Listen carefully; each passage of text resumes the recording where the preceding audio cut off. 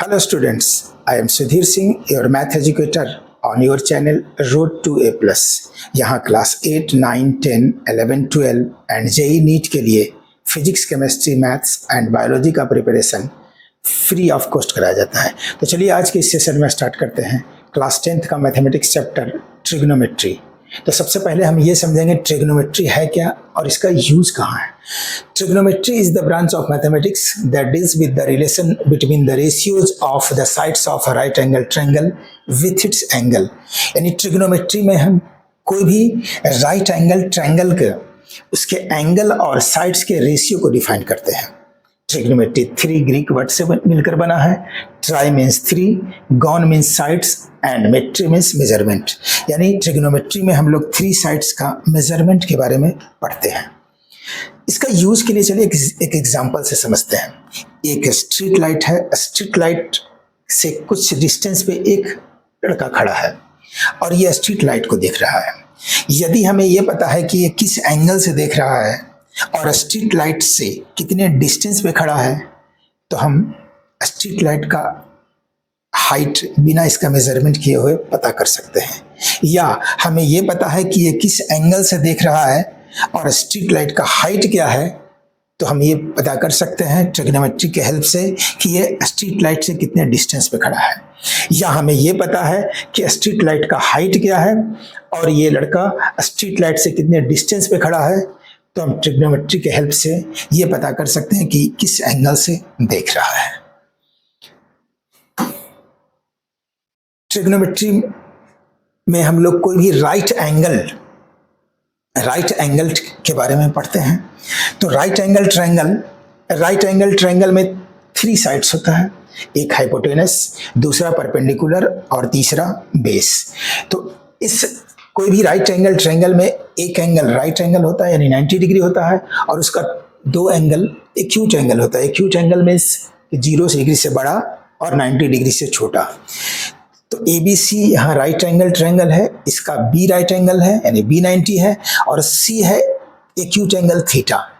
यदि हम angle C के लिए लेते हैं, C को थीटा मान, थीटा एक ग्रीक वर्ड है जो एंगल को डिनोट किया जाता है। तो यहाँ C पे एक्यूट एंगल है और थीटा C पे है, तो थीटा का अपोजिट साइड परपेंडिकुलर होगा। परपेंडिकुलर को हम लोग P से डिनोट करते हैं। 90 डिग्री का अपोजिट साइड AC हाइपोटेनस होगा और इसको H से डिनोट करते हैं।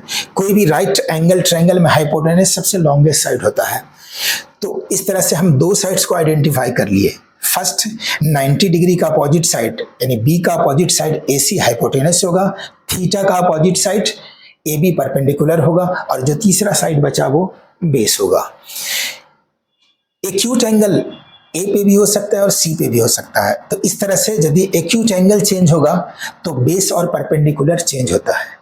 बेस और परपेंडिकुलर चेंज होगा, हाइपोटेनस फिक्स होता है, वो 90 का अपोजिट होता है।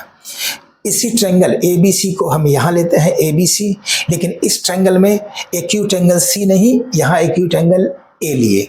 तो 90 डिग्री का अपोजिट साइड AC यहाँ भी हाइपोटेनस होगा और थीटा यहाँ A है, तो थीटा का अपोजिट साइड परपेंडिकुलर बेस हो जाएगा।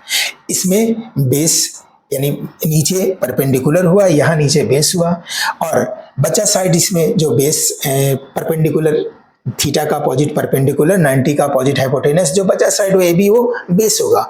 तो इस तरह से इस ट्रायंगल और इस ट्रायंगल को हम कंपेयर करते हैं तो इसका बेस और परपेंडिकुलर चेंज हो रहा है। इसमें परपेंडिकुलर यहाँ था, ये परपेंडिकुलर यहाँ हो गया और इसका बेस जो था वो परपेंडिकुलर पे चला गया। ठीक है, तो ये चेंज हम लोग एक्यूट एंगल को चेंज होने से ये परपेंडिकुलर और बेस इंटरचेंज होता है। हाइपोटेनस का अपोजिट साइड 90 डिग्री का अपोजिट साइड हाइपोटेनस हमेशा फिक्स होता है। PBH यानी परपेंडिकुलर, बेस और हाइपोटेनस, ये तीनों से 6 रेशियो बनाया जा सकता है। P/H, B/H, P/B और जस्ट इसका अपोजिट P/H है तो H/P, B/H है तो H/B एंड P/B है इसका अपोजिट B/P। यानी PBH perpendicular, base and hypotenuse से ये 6 रेशियो पॉसिबल है। इसके कितने रेशियो बनाया जा सकता है? 6 रेशियो, और इसी को ट्रिग्नोमेट्रिक रेशियो कहते हैं। ट्रिग्नोमेट्रिक रेशियो ये 6 रेशियो ये है। First P/H, second B/H, third P/B, fourth H/P and fifth H/B and six B/P। There are 60 ratios. ये 6 रेशियोज को ही हम लोग ट्रिग्नोमेट्रिक रेशियो कहते हैं। देयर आर 60 रेशियोज यानी ट्रिग्नोमेट्रिक रेशियो। ये सारे रेशियो को सेपरेटली एक नेमिंग दिया गया है।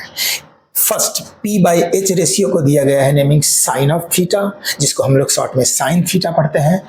B/H का नेमिंग है कोसाइन ऑफ थीटा, जिसको हम लोग शॉर्ट में कॉस थीटा पढ़ते हैं।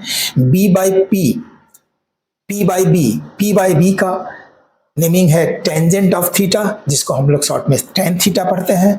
एंड B/P रेशियो का नेमिंग है कोटेंजेंट थीटा, जिसको हम लोग शॉर्ट में कॉट थीटा पढ़ते हैं। H/P के लिए नेमिंग है सेकेंड ऑफ थीटा, जिसको हम लोग शॉर्ट में सेक थीटा पढ़ते हैं। एंड H/P का नेमिंग है कोसेकेंड ऑफ थीटा, जिसको हम लोग शॉर्ट में कोसेक थीटा पढ़ते हैं।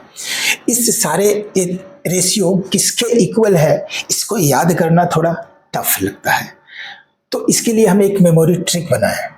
मेमोरी ट्रिक ये है कि ये एक वर्ड्स एक सेंटेंस है। इस सेंटेंस को याद रखेंगे तो हमें ये याद करने की जरूरत नहीं पड़ेगा। ये सेंटेंस क्या है? पंडित बद्री प्रसाद हरे हरे बोल।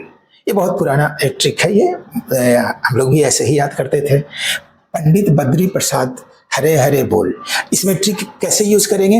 यदि हम कोई भी साइन, कॉस और टेन, साइन कॉस और टेन तीन याद रखेंगे तो हम अगले नेक्स्ट 3 याद रखने की जरूरत नहीं है। क्यों? क्योंकि साइन का अपोजिट कॉसेक होता है, साइन का अपोजिट कॉसेक होता है, कॉस का अपोजिट सेक होता है, कॉस का अपोजिट सेक है, एंड टेन का अपोजिट कॉट होता है। तो हम साइन कॉस और टेन याद रखेंगे तो जस्ट इसका अपोजिट हमें याद करने की जरूरत नहीं है, इसको रेसिप्रोकल कर लेंगे। तो ये ट्रिक किस तरह से यूज करेंगे? पंडित का फर्स्ट वर्ड है P, बद्री का फर्स्ट वर्ड है B एंड प्रसाद का फर्स्ट वर्ड है P, और बीच में एक डिवाइड है। हरे का फर्स्ट वर्ड है H, यहाँ हरे हर का फर्स्ट वर्ड H है और बोल का फर्स्ट वर्ड B है, और तीनों में हम डिवाइड का साइन दे देंगे। ठीक है, तो इस तरह से ये फर्स्ट किसके इक्वल हो गया? P/H, और इसको हम लोग पढ़ेंगे साइन। फर्स्ट साइन के लिए साइन थीटा, और सेकंड ये इसका फर्स्ट है B और H, इसको हम लोग कॉस थीटा पढ़ेंगे, और इसका फर्स्ट वर्ड है P, इसका फर्स्ट वर्ड है B, तो P/B ये बना। P/B को हम लोग tan थीटा पढ़ेंगे। और जस्ट साइन का अपोजिट कॉसेक होता है, तो साइन का अपोजिट कॉसेक होगा तो इसका अपोजिट हो जाएगा कॉसेक थीटा, और कॉसेक थीटा के लिए होगा P/H है तो ये H/P हो जाएगा। कॉस का अपोजिट सेक होता है, सेक थीटा, और कॉस का B/H है तो इसका अपोजिट H/B होगा। टेन का अपोजिट कॉट होता है, कॉट थीटा, तो इसका भी अपोजिट हो जाएगा B/P। तो इस तरह से हम लोग सिर्फ इस वर्ड को, इस सेंटेंस को याद रखेंगे तो हमें पूरे ये रेशियो याद करने की जरूरत नहीं पड़ेगा। P/H यानी फर्स्ट है साइन के लिए, और साइन का अपोजिट कॉसिक भी हो जाएगा। B/H कॉस थीटा के लिए है, P/B tan थीटा के लिए है, और जस्ट इसका अपोजिट B/P कॉट थीटा होगा। तो हम ये 3 याद रखेंगे, साइन, ये साइन, और ये कॉस के लिए, और ये tan के लिए। साइन कॉस tan यानी P/H cos B/H tan P/B, और जस्ट इसका अपोजिट साइन है तो उसका अपोजिट कॉसेक, H/P कॉसेक होगा H/P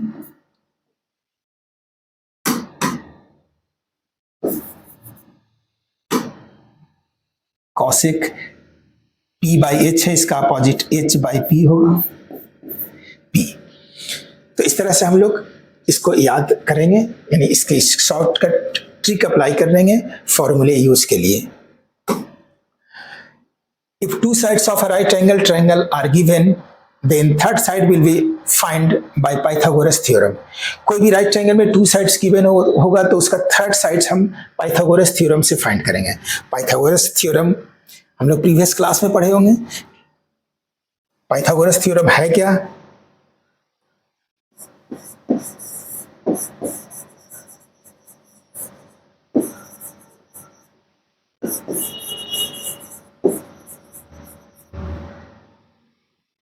पाइथागोरस थ्योरम है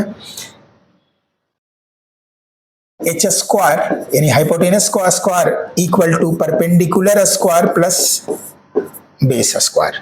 हाइपोटेनस का square equal to sum of perpendicular square and base square.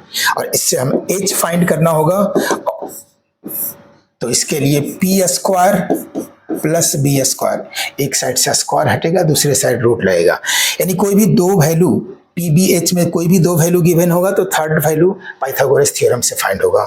Second, P square equal to H square minus B square, therefore P equal to under root H square minus B square.